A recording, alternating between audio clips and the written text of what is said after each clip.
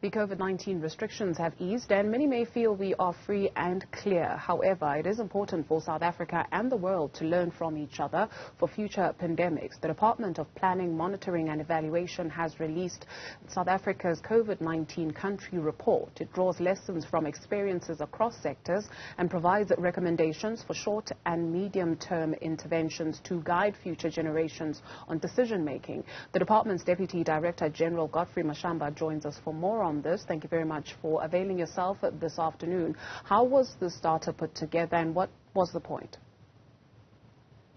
The biggest point in this was that a realization at the beginning, good afternoon to you and the viewers, that everyone knew very little about the COVID-19 when it was first pronounced. Yet we needed to do something about it in terms of coordinating country-level response and also learning a bit more about it. As a DPME, led by the late minister, conceptualized the work that should actually formulate and develop knowledge in this area to inform the overall government response and record exactly how did South Africa respond to this.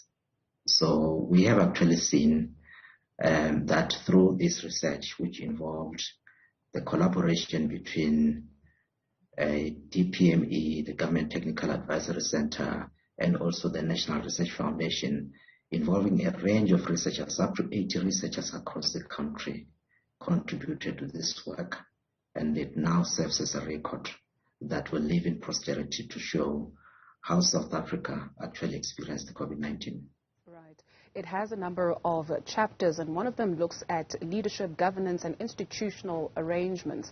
And under that, it notes that there was a sense that political oversight and accountability had been compromised in favor of rapid executive action. It was also argued that the country adopted a top-down approach, leading to some decisions lacking transparency and undermining democratic practices. How to avoid this in future? Yes, it made those observations.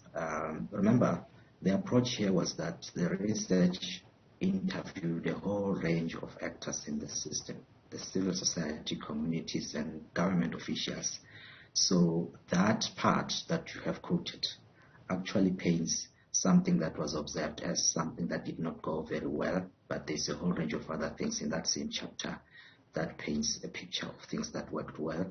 How to avoid that going forward is that learning from the experience of what was done in terms of the consultations, in terms of the processes of evidence-based decision-making, establishing relevant structures to engage various communities needs to be enhanced going forward. There's no question about that. Sure. In the same chapter, there was also an observed surge in corrupt practices and collusion between the public service and private sector, which undermined confidence and generated widespread public anger, which still lingers in the air, rather. How to avoid that? How to avoid that, I think you might have seen that processes have actually started across government in terms of dealing with these cases of corruption. Right at the height of the pandemic, you'd remember the Competition Commission was very active investigating case of collusion in the private sector, and they have imposed heavy penalties, and also when it comes to the testing kits and all those kind of things, they have been very active to deal with it, and it was very visible, which I think must contribute to our understanding of the overall approach. But going forward, there are reports that have been produced which informs the work of investigating agencies in the crime fighting space. Sure. Under the chapter of communication, as you mentioned, some findings are quite positive and others, there are recommendations for situations to be fixed. So we had quite an interesting morning in the newsroom trying to figure out certain words and phrases, right? Because the pandemic was new to everybody, and it's a country with 11 official languages. We know of isifonyo, which is a mask in isiZulu, because we'd hear Dr. Nkosazana Dlamini Zuma give an address in English and also in isiZulu when she was done. I must admit, on my part, that was the first time I actually found out that a mask is isifonyo.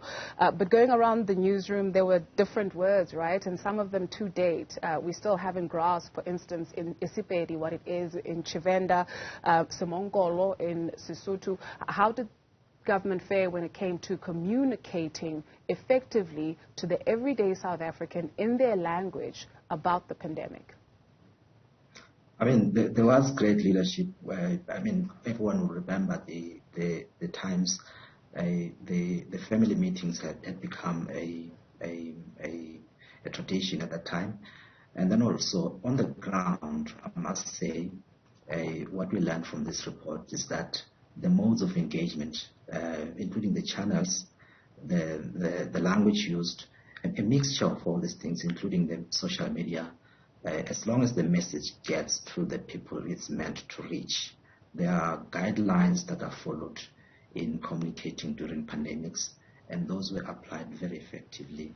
And the media, the formal media like TV channels, had a whole lot of information about what's actually taking place and what people should do, how to respond to such situations and all that. So there was a whole lot of activity in that space of media, and the use of different languages and discovery of new words also. It's quite something very interesting. They are now, you would remember also the community radio station, the media platforms were very active in reaching to people in the communities, in the languages they speak, including also in, in Pretoria, there is a language that's used in Tswana, a different dialect of Tswana that's used in Pretoria. You would actually listen to radios speaking in that kind of language.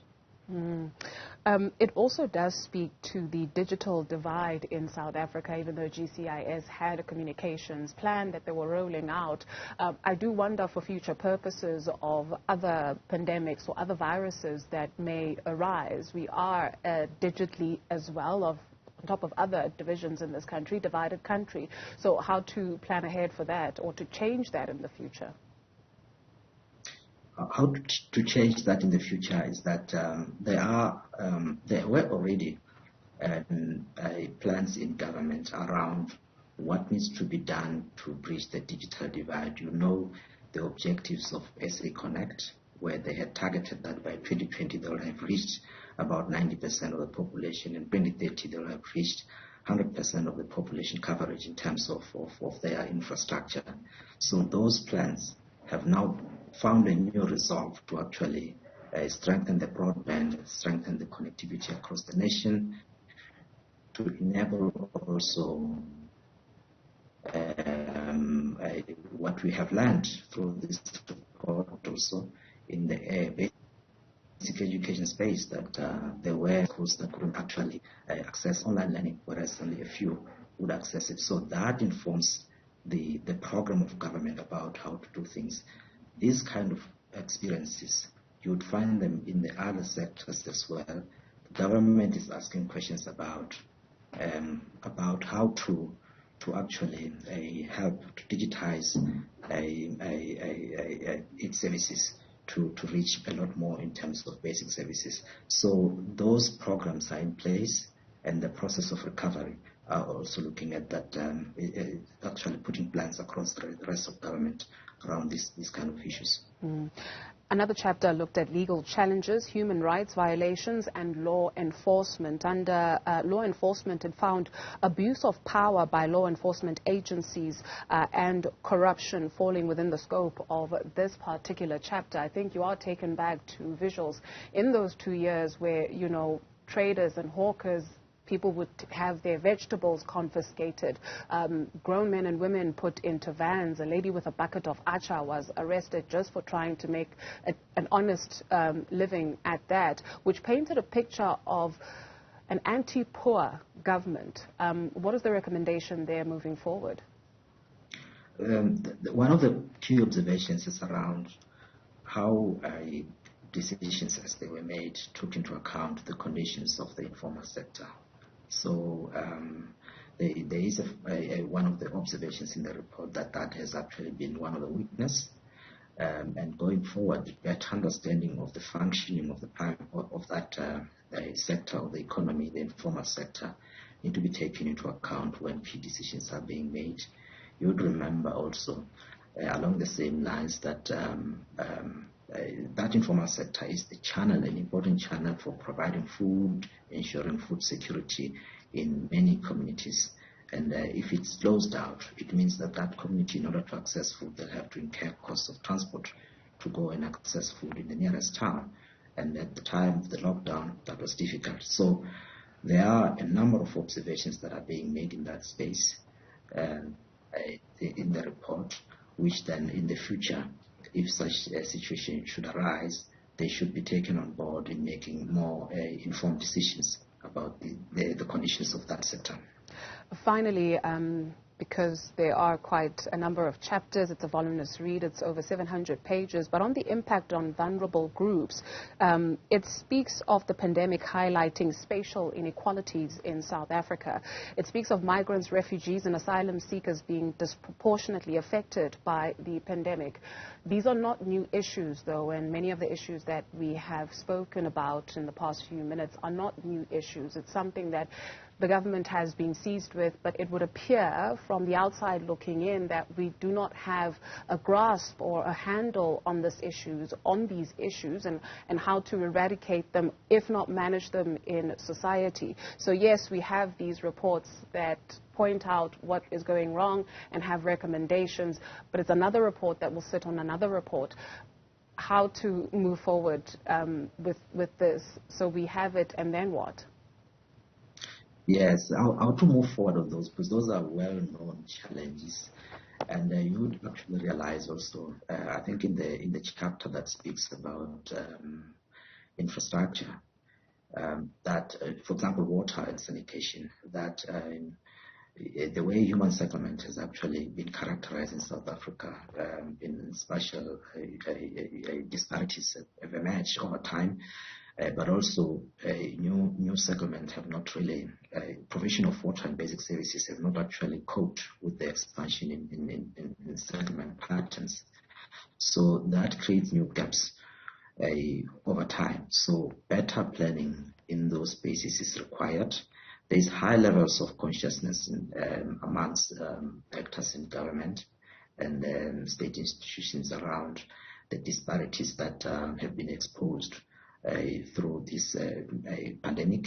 You can actually see now with the advent of the floods now that have occurred in parts of the country that the human settlement patterns have actually created vulnerabilities in poor communities. Indeed. Thank you very much for availing yourself. And for our viewers who are interested in reading through the report, they can access it on your website. That's correct? Mr. Mashamba? It is available on the website. Yes, it is available on the website, either as a full report or as chapters of that report. Thank you very much for your time. Godfrey Mashamba is the DDG of the Department of Planning, Monitoring and Evaluation.